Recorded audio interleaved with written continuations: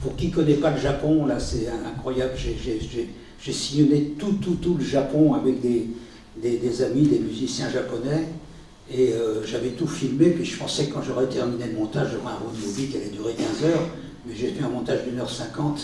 Mais là, ça se termine, par exemple, juste pour l'anecdote, parce que certains d'entre vous connaissent le Japon, non? Oui, parce qu'on n'a pas conscience ici que c'est un archipel. Si au point de vue superficie, en général, c'est plus petit que la France. Au point de vue latitude, ça va du Québec à Cuba. Donc il y a une variété incroyable. Et là, je me suis retrouvé dans une île qui s'appelle Amami Oshima. Et juste pour l'anecdote, bon, je ne sais pas si vous avez pu le percevoir, je suis arrivé dans un avion qui arrivait 1 heure avant l'avion de l'empereur.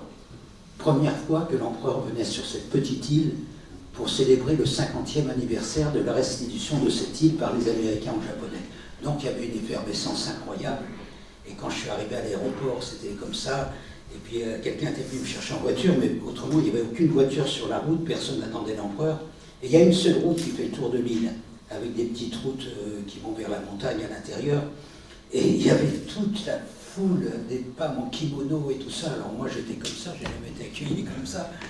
Mais ce qui m'a ému, ce qui devrait vous émouvoir, c'est que si j'ai une compagne japonaise et des enfants qui sont parfaitement bilingues, ils parlent japonais, autrement ils ont leur langue et elles ne comprennent rien.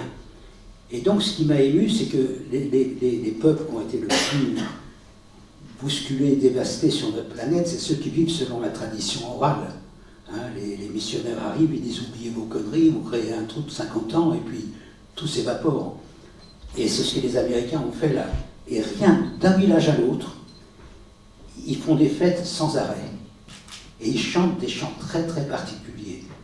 Et ce qui m'a vraiment ému, c'est que rien ne s'est évaporé de toutes les racines, de tout par la chanson.